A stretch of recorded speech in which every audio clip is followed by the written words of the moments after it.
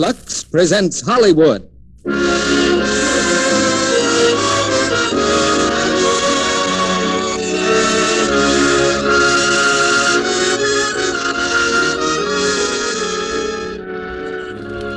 The Lux Radio Theater brings you Edward G. Robinson, Gail Patrick, and Laird Cregar in The Maltese Falcon.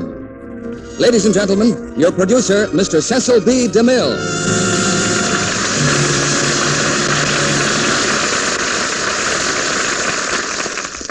Greetings from Hollywood, ladies and gentlemen.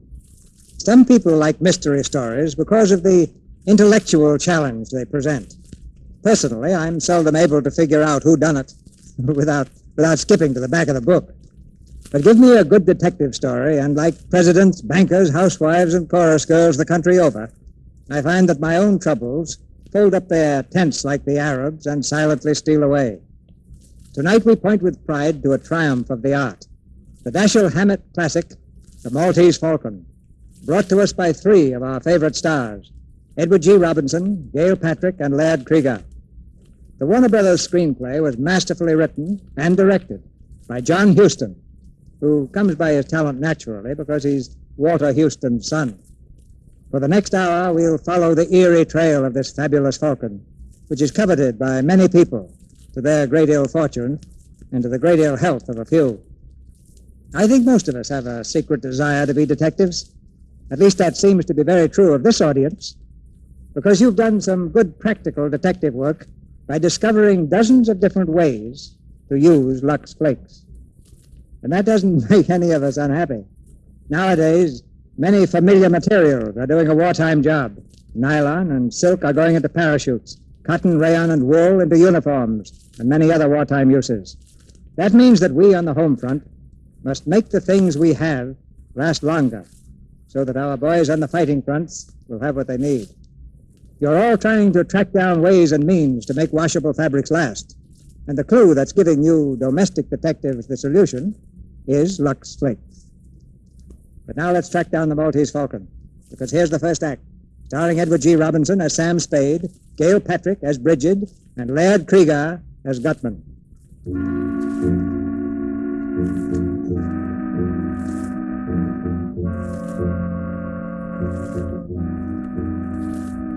At 2 o'clock in the morning, the city of San Francisco lies sleeping under a blanket of fog. Along a lonely street, a man walks slowly, his footsteps ringing hollowly against the wet pavement. He passes a deserted alley and stops. The man turns and peers for a long time into the shadows. Suddenly, one of the shadows moves. The man stumbles backward. His hands reach out to shield his body.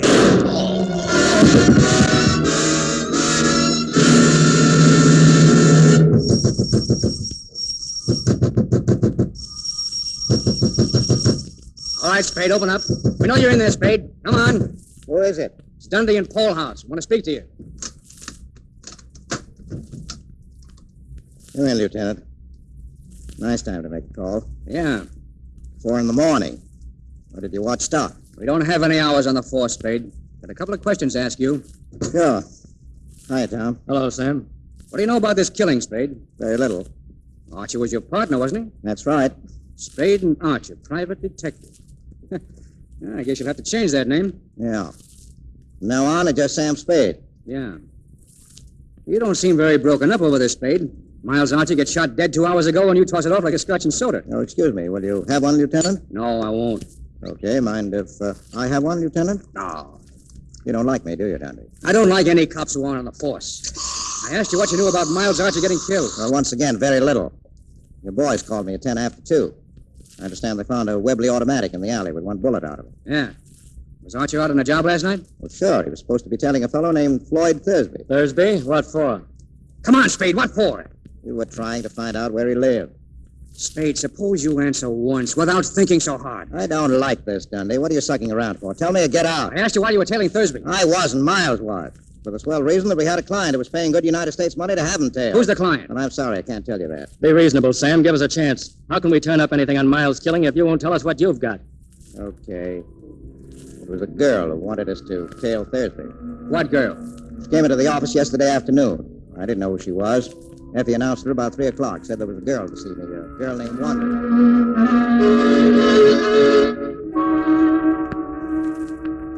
There's a girl to see you, Mr. Spade. She says her name's Wonderly. What is she, Effie, a customer? I guess so. You'll want to see her anyway, Mr. Spade. She's a knockout. Oh, you were in, Effie, darling.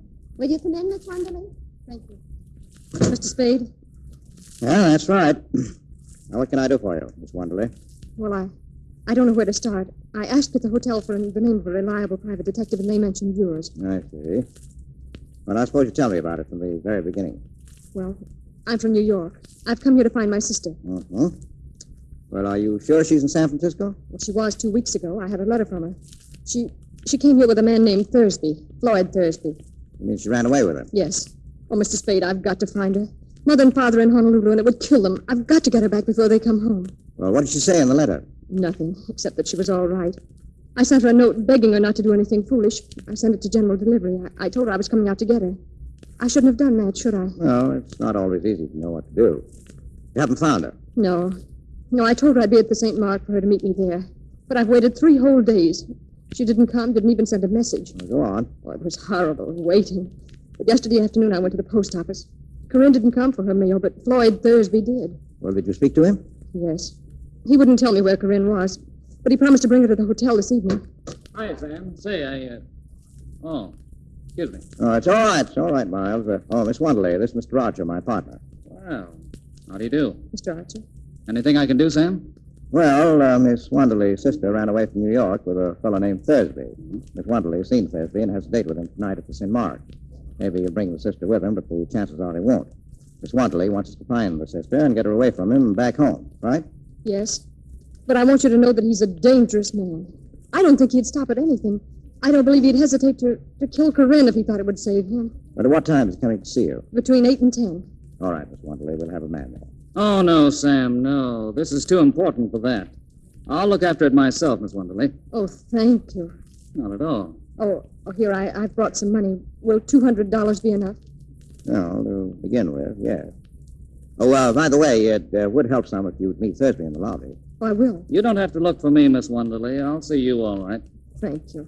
Goodbye. Goodbye. Goodbye, Miss Wonderly. See you tonight. Yes, goodbye. Well, Miles, what do you think of it? You saw her first, Sam, but I spoke first. I wasn't talking about a figure. What about a story? Huh? Oh, what about it? Well, you got a great brain, Miles. Yes, you have.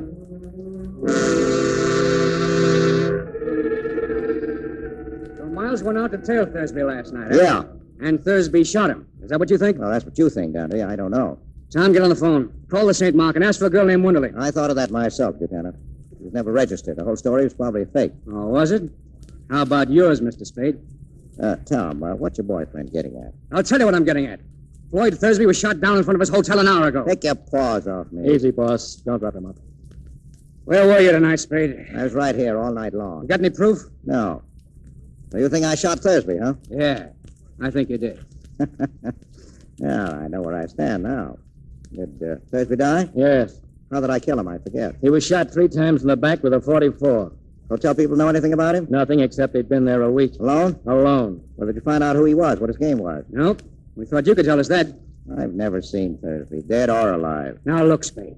If you did get Thursby, you'll get a square deal out of me and most of the breaks. Don't know that I blame you a lot, the man who killed your partner, but that wouldn't keep me from nailing you. Well, fair enough. But I'd feel better about it if you'd have a drink with me. No? No. Well, good night, gentlemen. I'm tired.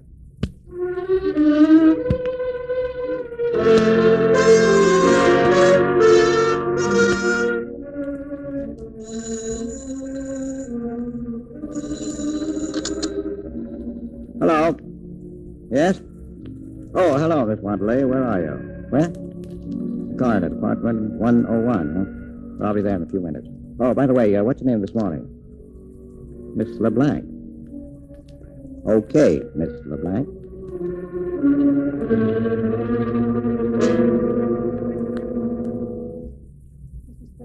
I have a terrible confession to make. Yeah?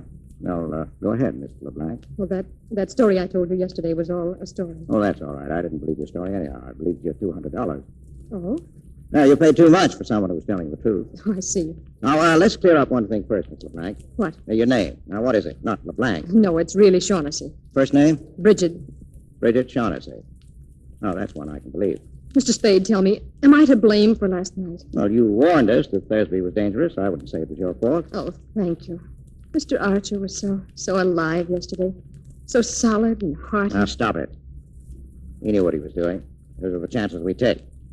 Anyway, there's no time for worrying about that. Right now, there's a flock of cops running around with their noses to the ground. Mr. Spade, do they know about me? Well, so far, all they know is that there's a girl somewhere. But must they know about me at all, Mr. Spade? Couldn't you manage to shield me from Well, them? maybe, but I'll have to know what it's all about. Well, I can't tell you now. Later I will. You'll have to trust me. Oh, I'm so alone and afraid. I've got nobody to help me if you won't. Please trust me. Help me. Be generous, Mr. Spade. You don't need much of anybody's help. You're good. Keep your eyes, I think. And that throb you get into your voice when you say things like, be generous, Mr. Spade. All right. I deserve that. But the lie was in the way I said it, not in what I said. You can leave if you like. No, not yet. I've got nothing against trusting you blindly, but I can't do you any good if I don't know what it's all about. For instance, I've got to have some sort of a line on your friend Thursby. I met him in Hong Kong. We came here just last week. Where? Not from Hong Kong? No. Where? Well, I can't tell you. Well, go on. I needed him. I was completely dependent on him. He knew it, and he took advantage of it to double-cross me. How? I can't tell you that either. Well, why'd you want him shadowed? I wanted to learn how far he'd gone, whom he was meeting. Did he kill Archer? Yes, certainly.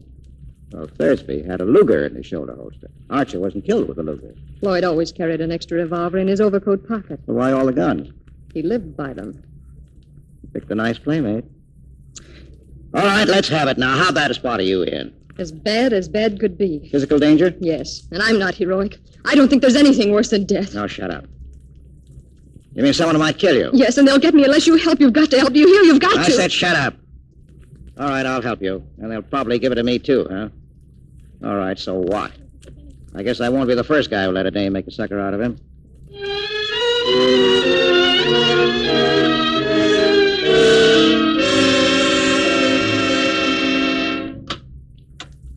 He's back again, Mr. Spade. Who, Effie? The fellow was here this morning. Here's his card.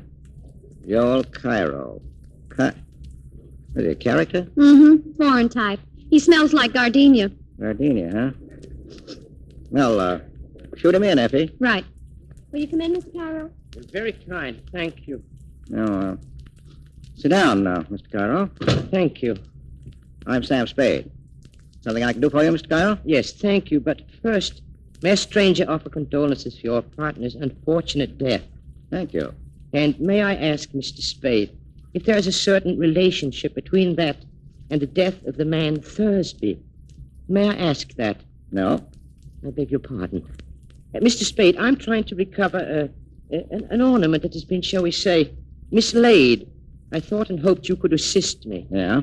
The ornament is a statuette, the black figure of a bird. Yeah? And I'm prepared to pay on behalf of the figure's rightful owner the sum of $5,000 for its recovery and, what is the phrase? No questions will be asked. Well, $5,000 is a lot of money. Come in. Is there anything else for me, Mr. Spade? Oh, no. Good night, Effie. And lock the door when you go, will you? No. Yes, Mr. Cairo. $5,000 is a very... What do you think you're doing? I'm pointing a revolver at a spot directly between your eyes. You will please clasp your hands together at the back of your neck and do not move. I intend to search your office, and if you attempt to prevent me, I shall certainly shoot you. All right, go ahead. You will please stand. I shall make sure you are not armed. Certainly. All right, Mr. Cairo. Drop the gun, please. Drop it. Drop it, or do I twist your arm off at the elbow? You, here. Take it. Yeah. Thanks. Now, sit down over there and behave yourself. You have bruised me, Mr. Spade. Well, I'm sorry. I guess I got a little annoyed. I don't like guys who make a phony offer of $5,000. You are mistaken, Mr. Spade. That was and is a genuine offer. Yeah? And I am prepared to pay $5,000 for the figure's return. You have the figure. No. Then why did you risk serious injury to prevent my searching for it? Well, I should sit around and let people come in and stick me up. So the offer still goes, huh? Most certainly. All right. Now, let's put the cards on the table. Your first guess was that I had the bird. Now, there's nothing to that. Now, what's your second guess? That you know where it is, or at least that you know it is where you can get it. Well, you're not hiring me to do any murders or burglaries for you, but simply to get it back, if possible, in an honest, lawful way. If possible, and in any event with discretion. I'm at the Hotel Belvedere when you wish to communicate with me. Good evening, Mr. Spade. So long. Oh, wait. You know a girl named Wanderley? No, I do not. LeBlanc? No. Well, how about Bridget Shaughnessy? The Hotel Belvedere, Mr. Spade, room 655. Okay. Oh, by the way, may I have my revolver back, please? Oh, yeah, sure. I'd forgotten that. Yeah, here you are. Thank you. Now, you will please keep your hands behind your head. I still intend to search your office. Well, I'll be. All right, go ahead. Thank you.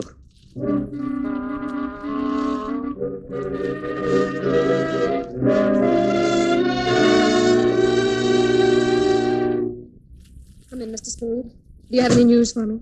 Yeah, a little. I mean, did you manage it so that the police won't have to know about me? No, they won't. For a while, anyway. Oh, and you won't get into any trouble. You won't, Mr. Spade. Oh, I don't mind a reasonable amount of trouble. Do sit down, please. Do sit down, please. Now, look, you aren't exactly the sort of person you pretend to be, are you? I'm not sure I know what you mean. Well, schoolgirl manner, stammering, blushing, and all that. Because if you are, honey, we'll never get anyplace. Now, stop acting. All right, I'm sorry. Good. I saw Joel Kyra tonight. You know him? Only slightly. What did he say? About what? About me. Nothing. Well, what did he talk about? Well, he offered me $5,000 for the Blackbird. Oh, did he? And what did you say? Well, I said $5,000 is a lot of money. It is. It's a lot more than I could ever offer you if I must bid for your loyalty. Oh, that's good. Coming from you. Now, what have you given me besides $200? Have you given me any of your confidence, any of the truth? Can't you trust me a little longer? Well, how much is a little? What are you waiting for? Well, I must talk to Joel Cairo. Well, you can see him tonight. He can't come here. I can't let him know where I am. I'm afraid. Well, my place, then. What about it? All right. Your place. Good. But wait. You'll have to let me go about this in my own way. You mustn't interfere. Well, I'll just sit and listen while you talk over old times. You're a strange person. I like you. Yeah? Well, don't overdo it.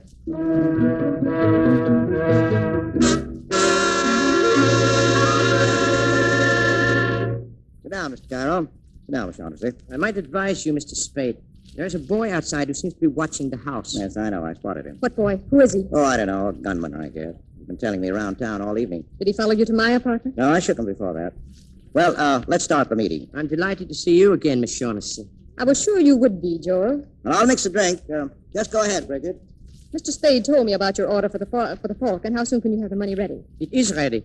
In cash? Oh, yes. You're ready to give us $5,000 if we turn over the Falcon to you. I should be able to give you the money at, say, 10:30 in the morning. But I haven't got the Falcon. What? Oh, don't worry. I'll have it in another week at the most. Why must I wait a week? Well, perhaps not a whole week. And why, if I may ask, are you willing to sell it to me at all? I'm afraid, after what happened to Floyd.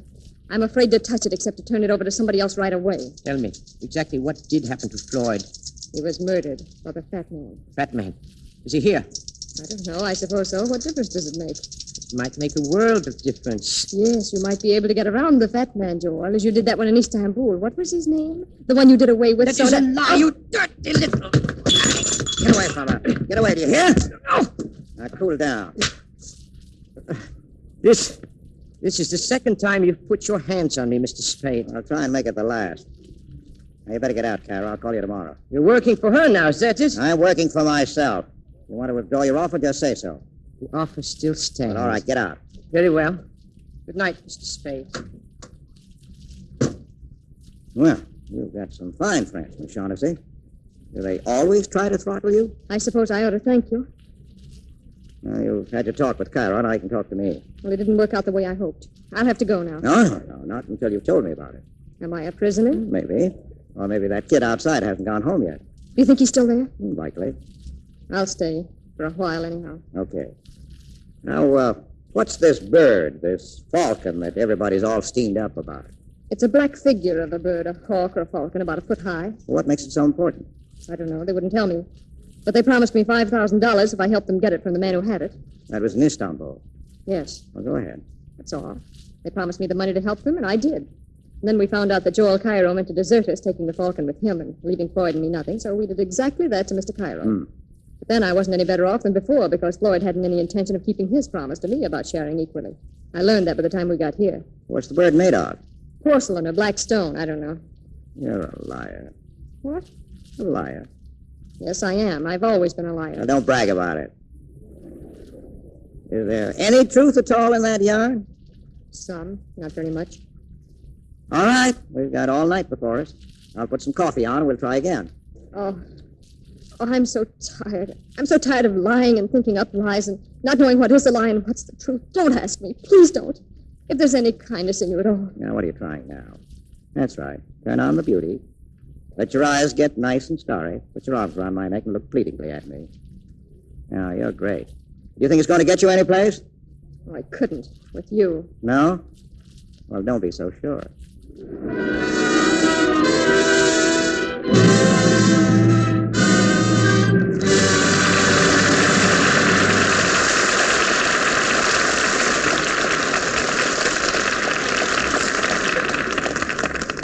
We'll hear Act Two of The Maltese Falcon, starring Edward G. Robinson, Gail Patrick, and Laird Cregar, in just a moment. Meantime, I have exciting news for you. The package of Lux you have in your home now looks just like the package you've always bought. But the flakes inside have been improved so that they can help you more than ever to save washables in wartime. Washables that may be irreplaceable.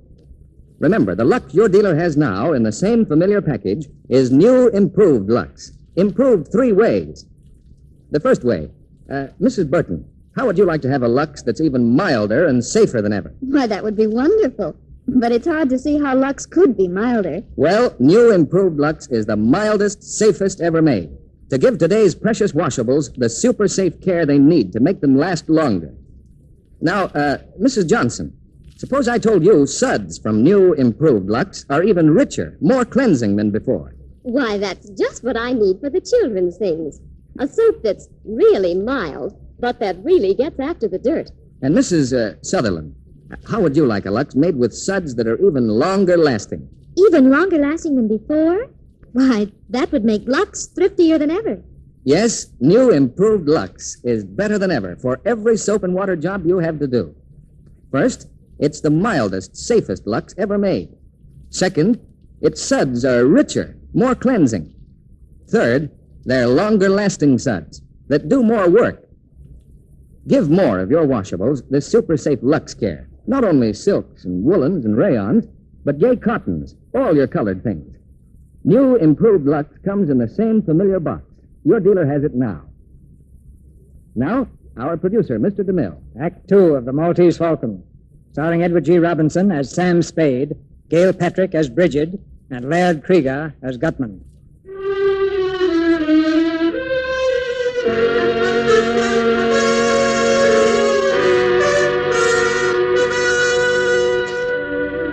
On the trail of the Black Falcon, Sam Spade has followed nothing but blind alleys. But now a call comes from his secretary. He was here twice, Mr. Spade. He wouldn't leave his name, though. No place I can reach him? He said something about the Hotel Barclay. Well, what did he look like, Effie? Can you describe him? That's easy enough. A big fellow, about 270 pounds. Yeah? The fat man. In the lobby of the Hotel Barclay, Sam Spade watches for the fat man. But he sees only the boy who has followed him for the last 3 days. All right, son. Where is he? What? Come on, where is he? You work for him, don't you? Who? A fat man. I want to speak to him. What do you think you're doing, Jack? Kidding me? I'll tell you when I am. You've been tailing around after me for 3 days, and I'm getting a little sick of it. You can tell the fat man I said so. Shove off. You'll have to talk to me before you're through, Sonny, so will he. I said shove And you off. can take your hand out of your pocket. Guns don't scare me much. Keep asking for it, and you're going to get it. Plenty. People lose their teeth talking like that. If you want to hang around, be polite. I tell the fat man to call me and leave his name.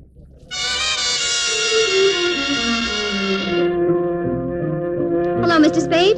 Mr. Gutman called. He says the boy gave him the message. Room 407, the Barclay, this afternoon at 3. Ah, Mr. Spade. Delighted to see you, delighted. How do you do, Mr. Whitman? Sit down, my friend. We'll have a little drink. Well, I can't stay long. Sorry, I've got an appointment at the district attorney's office. So? It's interesting. Now, say when, Mr. Spade? I'll leave it to you. Excellent, excellent. I distrust a man who says when. If he's got to be careful not to drink too much, it's because he's not to be trusted when he does. You're a close-mouthed man, Mr. Spade. No, I like the talk. I enjoy it. Better and better. I distrust a close-mouthed man.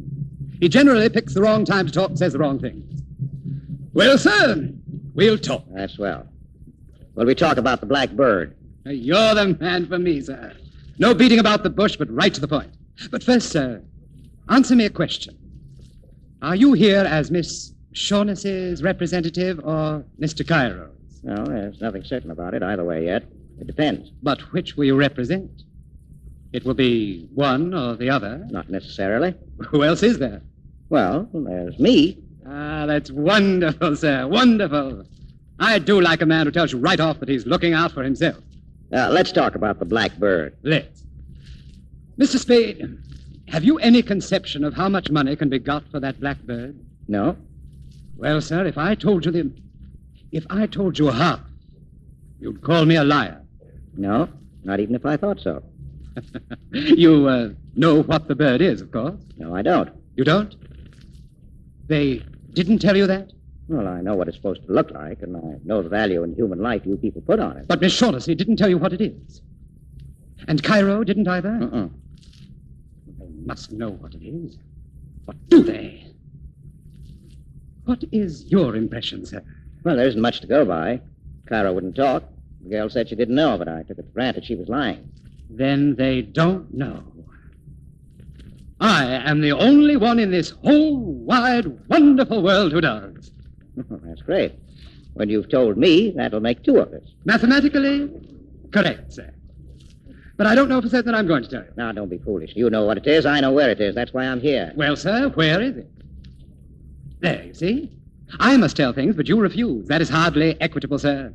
No. I don't think we can do business along these lines. You don't, huh? Well, think again and think fast. I told that gunman of yours that you'd have to talk to me before you finished. Now, I'll tell you now that you'll do your talking today or you're through. Now, what are you wasting my time for? I can get along without you. Now, talk! Is anything wrong, boss? Come in, Wilmer. Oh, yeah. Yeah, come in, Sonny. Keep your hand off your gun or I'll knock your ears down. Listen, you... Wilmer. Just stand over there, Wilmer. Excitable young man, Mr. Spade. Well, make up your mind, Gutman. While you're doing it, keep that gunsel away from me. I'll kill him. Mr. Spade, I must say you've a most violent temper. I'll think it over. You've got till 5:30. Then you're either in or out for keeps.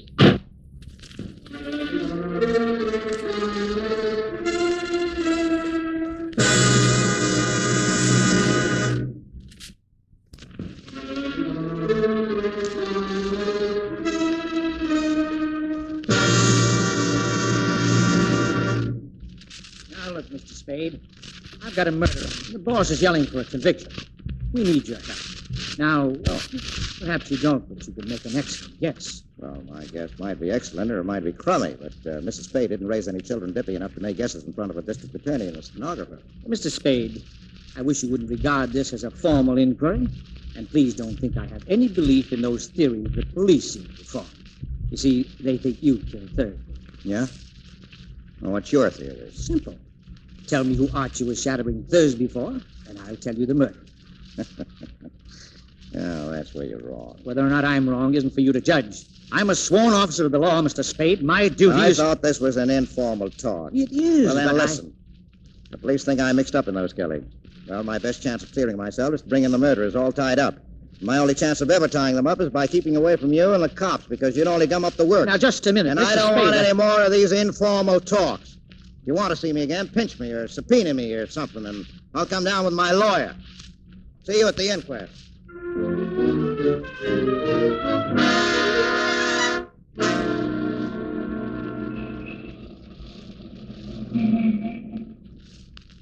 Hey, you.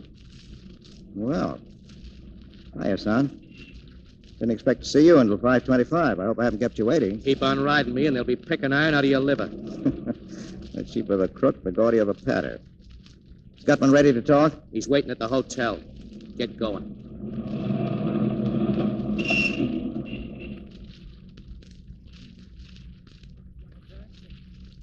Oh, they're on their way up now? Thank you. Oh, hello, operator. I don't want to receive any calls for about an hour. Yes, thank you.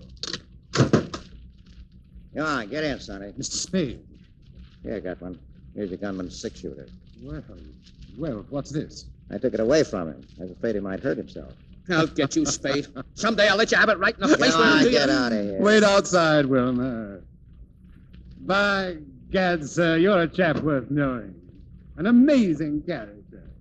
Here, I've mixed a drink for you. Thanks. Oh, by the way, I owe you an apology. Oh, never mind that. Never mind. Let's talk about the bird. All right, sir, let's. Mr. Spade, this is going to be the most astounding thing you ever heard. Yeah? What do you know, sir, about the Knights of Rhodes? Nothing. Well, they were crusaders, Mr. Spade. In 1539, these crusading knights persuaded the Emperor Charles V to give them the island of Malta. Yeah? He made but one condition. They were to pay him each year the tribute of a falcon in acknowledgement that Malta was still under Spain. You follow me? Yeah, so far. Good. Well, sir, the knights were profoundly grateful to the Emperor for his generosity toward them. Mm-hmm. The very first year, they sent him not an insignificant live bird, but a glorious golden falcon, encrusted from head to foot with the finest jewels in their coffers. Well, sir, what do you think of that? I don't know. These are facts, historical facts. They sent this jeweled bird to Charles, who was then in Spain, but it never reached Spain. The famous admiral of buccaneers took the knight's galley and the bird. Mm-hmm. In 1713, it turned up in Sicily. In 1840, it appeared in Paris. Oh.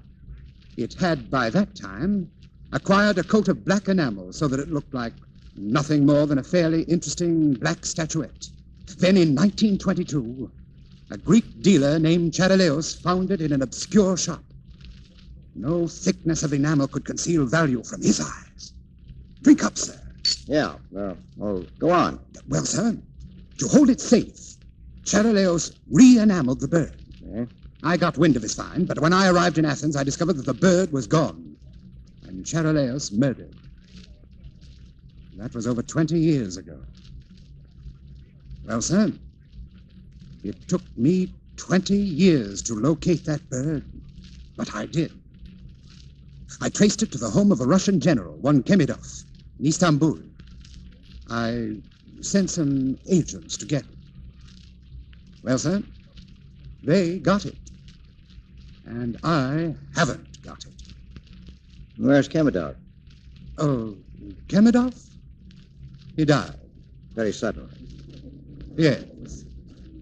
His heart. Was there a knife in it or a bullet? Your glass, sir? Thank you. Now, before we start to talk prices, how soon are you willing to produce the falcon? A couple of days. Now, that's quite satisfactory. Well, sir, here's to a fair bargain. Drink up. Well, what's your idea of a fair bargain? $25,000 when you deliver the falcon to me, and another $25,000 later on, or I'll give you 1/4 of what I realize on the falcon. That would amount to a vastly greater sum. Well, how much greater? Oh, no. Shall I say 100,000? That would be the minimum. Hmm. And what's the maximum? What would you say to $250,000? Well, then you think the dingus is worth $1 million, huh? At least. Well, that's a lot of dough. A lot of dough. Minimum, huh? And the maximum? And What's the matter, Mr. Spade? Are you feeling ill? I feel. What was in that drink? The drink? Oh, I drugged it. Yeah? You'll be unconscious very shortly, Mr. Spade. You'd better lie down. I wouldn't want you to fall. Well, that's very good. That's very. Oh, dear, dear. Oh, Joel! Joel, come in. Is he unconscious? Yes. You know, he's a very interesting person, Joel. The kind of a man I enjoy dealing with.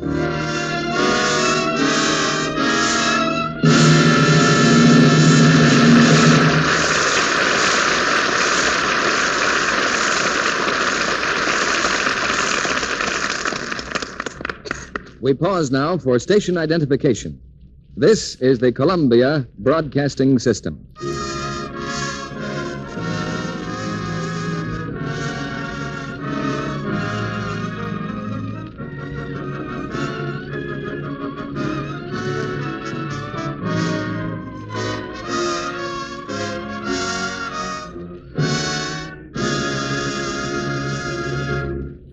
After a brief intermission, Edward G. Robinson, Gail Patrick, and Laird Cregar will return in the third act of The Maltese Falcon. Now, here's a question for the women in our audience. If you could make your stockings last far longer just by doing one very easy thing, would you do it?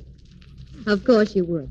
Then listen to this. Recent tests show how to cut down stocking runs over 50%. Yes, a famous laboratory, the United States Testing Company Incorporated, repeatedly washed rayon stockings different ways, then tested them on an almost human machine, a sort of mechanical leg that strains stockings the way you do in actual wear. Here's what they found. Washing with new, improved Lux cut down runs over 50%. Yes, the Lux stockings tested on the machine didn't go into runs nearly as easily as stockings washed with a strong soap or rubbed with cake soap. They lasted ever so much longer. You see, new improved Lux saves elasticity, so stockings can take extra strain without breaking into runs so easily.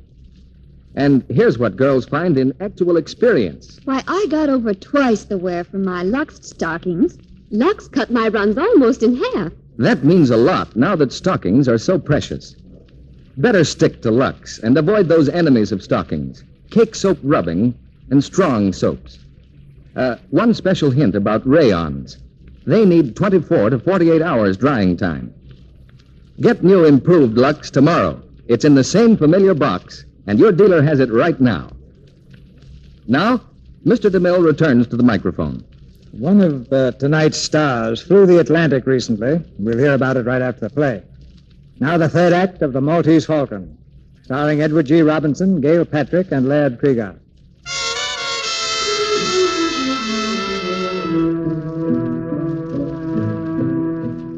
When Sam Spade woke up, he was alone in the hotel room. Pale and still shaking from the effects of the drug, he's gone to his office, where Effie stares at him in alarm.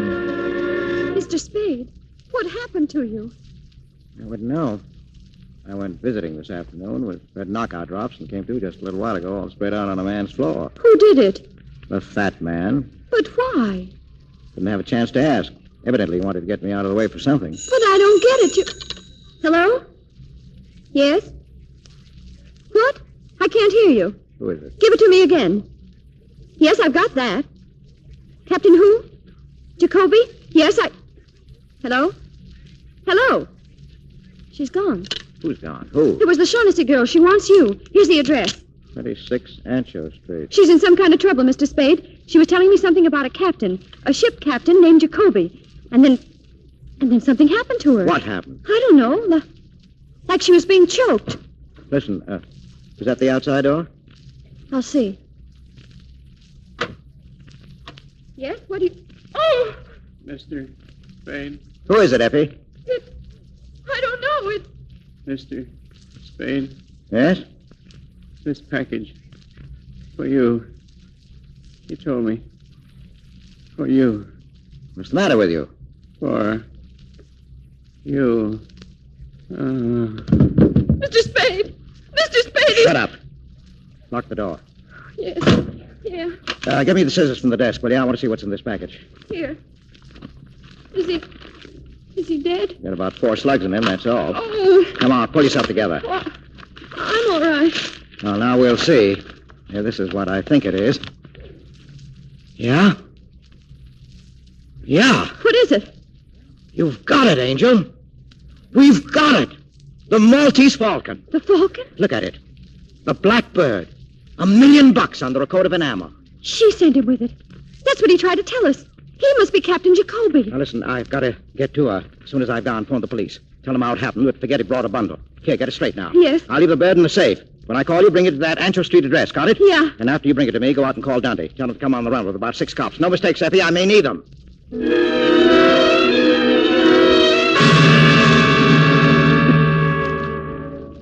Just keep your hands up, Mr. Spade, and come in. Wilma, shut the door. Well, sir, we're all here, waiting for you. Now let's sit down, Mr. Spade, and be comfortable. Sure. Sam, I tried to call you. I wanted to tell you. Oh, it's all right, honey. Take it easy. But they've been holding me here all last night and today. But you've come to no harm, Miss Shaughnessy, as yet. Oh, Mr. Spade, I believe you know Mr. Cairo. Yeah. How'd you do? And Wilma, of course. You carrying a rod? Let me see. All right, get away. You're not going to frisk me. Stand still. Put your paw on me, and I'm going to make you use that gun. Ask your boss if he wants me shut up before we talk. Sit down, Wilma. Mr. Spade, you're certainly a most headstrong individual. Well, let's talk. Yeah. You ready to make the first payment and take the Falcon off my hands? You're sure you have it? Sam, have you? I didn't this afternoon, but I have now. Then I'm willing to pay. Joel, the money, please. Yeah, wait. There's another thing to be taken care of first. We've got to have a fall guy. I beg your pardon? Well, the police have got to have a victim. Somebody they can stick for those 3 murders. 2. Only 2 murders, Mr. Spade. Thursby undoubtedly killed your partner. All right, 2. The point is, I've got to come through with somebody, a victim, when the time comes. If I don't, I'll be it. And whom do you recommend as this victim? Oh, well, I'm not fussy. How about giving him Wilma here? He'll do. Why, you... Get away, punk. By gad, Mr. Spade, you are a character. Well, it's our best bet. If we turn him over, the cops will be happy. We'll be free as the air. Well, what do you think of this, Wilma? Mighty funny, huh? Yeah, mighty funny. Well, anyway, he killed Thursby, didn't he? He's made to order for the part. Get up on your feet. Go away, punk. I've taken all the riding for you. I'm going to take it up and shoot it out. Calm yourself, Wilma. Mr. Spade, your plan is not at all practical. Let's not say anything more about it. All right, I've got another suggestion. Want to hear it? Most assuredly. Well, give them Joel Cairo. Suppose we give them you, Mr. Spade, or Miss Shaughnessy. How about that? Now, look, you people want the Falcon. I've got it, and the fall guy is part of the prize. As for Miss Shaughnessy, well, if you think she can be rigged for the part, I'm perfectly willing to discuss it with you. Sam, What's the matter? you don't mean it. You couldn't. No, because I don't think the cops would be happy, Angel. Well, personally, I see only one guy who's really right. That's Wilma. I'll kill him. I'll kill him. Stop it! Stop it, do you hear? Oh, let him go. I told him to lay off me. I warned him. I hated to do that, but the punk had it coming to him. There's your fall guy, Mr. Gutman. What do you say? I don't like it, sir. Well, either you'll say yes right now, or I'll turn the Falcon and the whole lot of you in. All right. You can have Wilma. Carry him inside, Joe.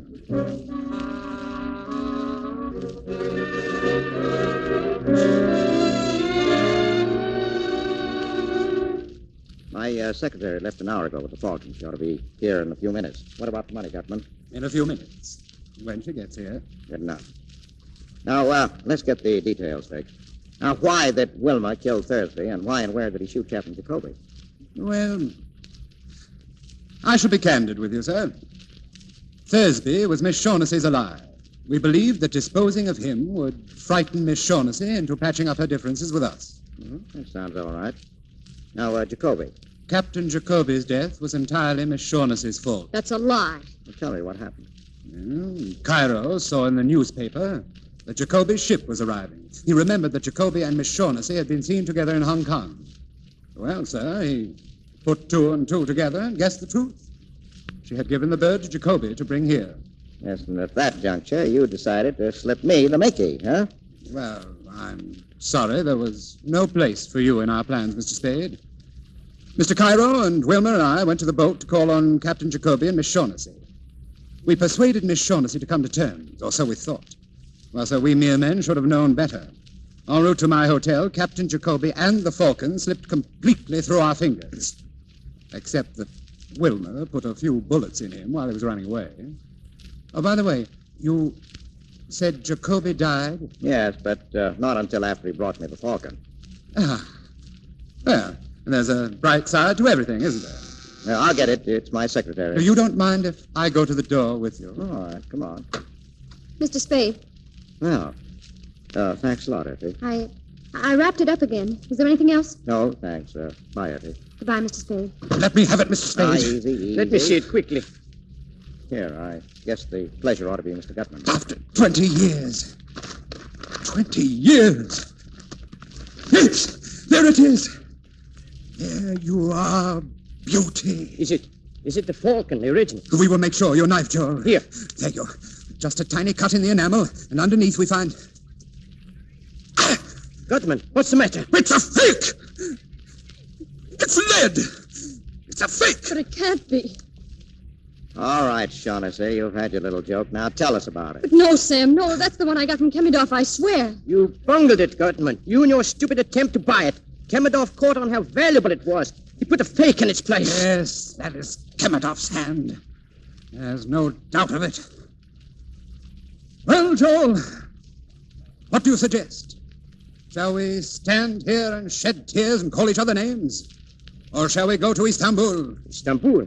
You are still going to look for the Falcon? For 20 years I have wanted that little item and have been trying to get it. I'll go on trying. Very well. I'll go with you. Get Wilmer. We'll start tomorrow. Yes, tomorrow. Wilmer, why, he's gone. What? The window is open. He's gone. Well, swell lot of thieves. We have little enough to boast about, sir. But the world hasn't come to an end just because we've run into a little setback. I'm sorry about your money, Mr. Spade, but of course you didn't earn it. Well, I held up my end. You got your Falcon. It's your hard luck, not mine, that it wasn't what you wanted. My hat, Joe. Now, wait a minute. Mr. Spade, it will do you no good to argue. I haven't the money with me anyhow. Well, I had an idea that was it. Now, sir, we'll say goodbye to you. And since the shortest farewells are the best, adieu. And to you, Miss Shaughnessy, I leave the lead Falcon as a little memento. Adieu. Sam, what are you going to do? Nothing. But those murders, you're mixed up in them. You said yourself the police needed a victim. Call them now. Tell them about Gutman. I don't have to call him. Gutman will be nailed before he goes a block, but when he's nailed, he'll talk about you. Now, we're sitting on dynamite, and we've only got a couple of minutes to get all set for the cops. Now, give me all of it fast. Talk. Where shall I begin? Well, the day you first came to my office, why did you want Thursby shadowed? I told you, Sam. I suspected him of betraying me, and I wanted to find out. Now, that's a lie. You had Thursby hooked, and you knew it. You wanted to get him out of the way before Jacoby came with a bird. Isn't that so? Yes. What was your scheme? Well, I thought that if he saw someone following him, he might be frightened into going away. Well, then you must have told Thursby that Archer was following him. Yes, I told him. But please believe me, Sam. I wouldn't have told him if I'd thought Thursby would kill him. Well, if you thought he wouldn't kill Archer, you were right, Angel. Didn't he? No. Archer had been a cop too long to be caught like that, up a blind alley with his gun tucked away in his hip and his overcoat buttoned. But he would have gone up there with you, Angel. He was just dumb enough for that. Sam! And then you could have stood as close to him as you liked in the dark and put a hole through him with a gun you'd gotten from Thursby that night. Don't talk to me like that, Sam. You know I didn't. Oh, shut up. This isn't the spot for the schoolgirl act. Why did you shoot him? Oh, I didn't mean to at first. I didn't really, but when I saw that Thursby couldn't be frightened, Oh, Sam, darling. Go on. When you found that Thursby didn't mean to tackle Archer, you borrowed the gun and did it yourself, right? Yes. You didn't know then that Gutman was here hunting for you until you heard Thursby had been shot. And then you knew you needed another protector, so you came back to me. Yes, but Sam, it wasn't only that. I would have come back to you sooner or later. From the very first minute I saw you, I knew that Oh, you Angel. Well, if you get a good break, you'll be out of San Quentin in 20 years, and you can come back to me then. What? Oh, no, you're not going to... I'm going to send you over. Oh, no, don't, Sam. Don't say that. You're taking the fall, darling. You're doing this to me? Don't you understand, Sam? I'm in love with you. That's great. But you can't. You can't. Yes, I can. You killed a man, darling, remember? You know deep down in your heart, you know that in spite of anything I've done, I love you. I don't care who loves who. I'm not going to play the sucker. I won't walk in Thursby's, and I don't know how many others' footsteps. You killed Miles, and you're going over for it. Sam. That's the cops. Don't let them in, please. Sit tight, honey. Sam. Hello, Spade. Come in. Did you get the fat boy? We got them. The kid, too. Swell. Here's another one for you. She killed Miles. Can you prove it? Can I, Miss Shaughnessy? Can I prove it? Go on, tell them. Yes. All right, come on. So long, Miss Shaughnessy. This doesn't mean anything to you, does it? Maybe. But you're going anyway. The chances are you'll get off with 20 years. If you do, I'll wait for you. And if they hang you, Angel, I'll always remember you.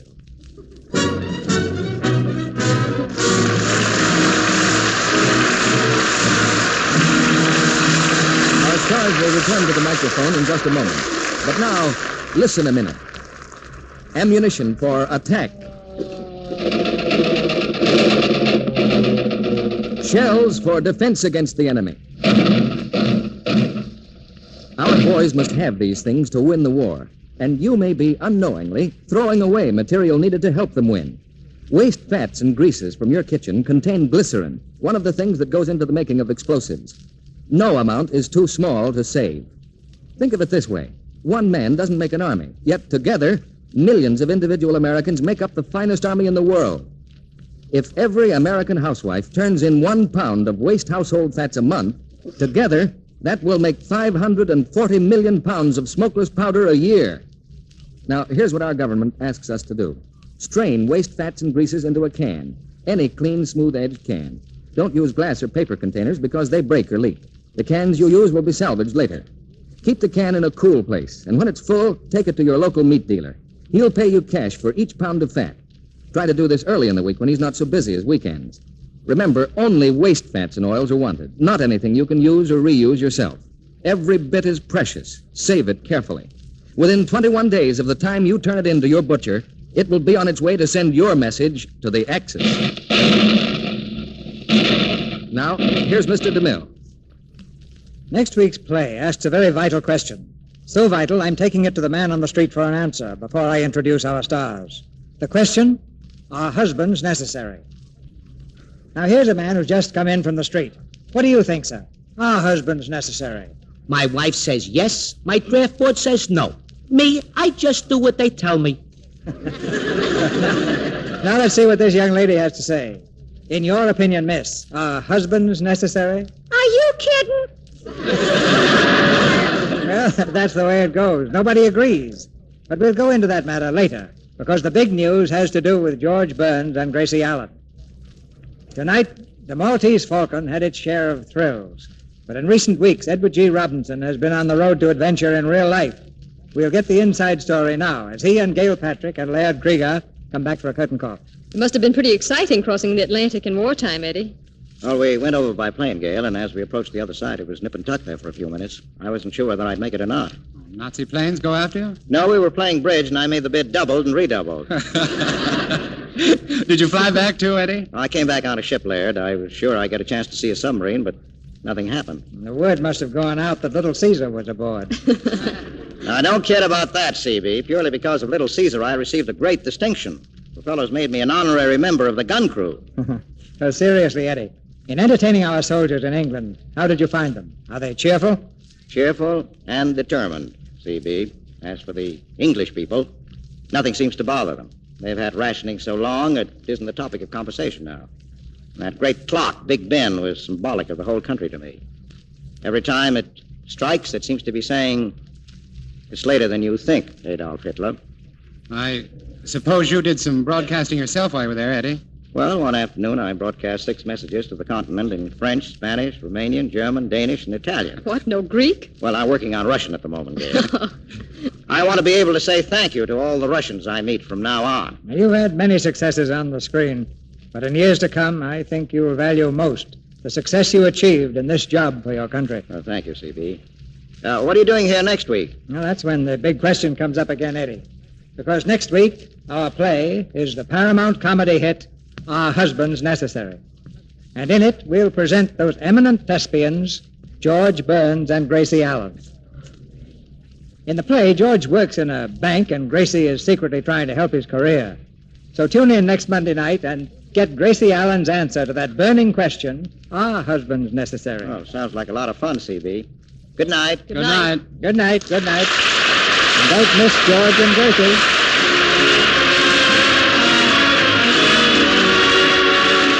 Our sponsors, the makers of Lux Flakes, join me in inviting you to be with us again next Monday night when the Lux Radio Theater presents George Burns and Gracie Allen in Are Husbands Necessary? This is Cecil B. DeMille saying good night to you from Hollywood. Edward G. Robinson will soon be seen in the Columbia picture Destroyer. Gail Patrick is starred in the Republic production Hit Parade of 1943. And Laird Cregar's next picture is the 20th Century Fox Technicolor production Hello, Frisco, Hello. Heard in tonight's play were Charlie Lung as Cairo, Bea Benaderet as Effie, Eddie Marr as Wilmer, and Warren Ash, Charles Seal, Leo Cleary, Fred Mackay, and Norman Field. Our music was directed by Louis Silvers. And this is your announcer, John M. Kennedy, reminding you to tune in next Monday night to hear George Burns and Gracie Allen in Our Husbands Necessary.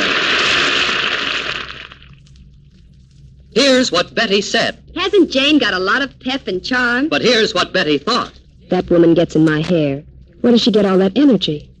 Do you envy others because they have more pep than you? Maybe your trouble is plain vitamin deficiency. Vims may help you feel better than you ever thought you could. Vims have the 6-vitamin formula doctors endorse. 3 vital minerals also. Get that Vims feeling. It's VI for vitamins, double MS for minerals. Vims. This is the Columbia Broadcasting System.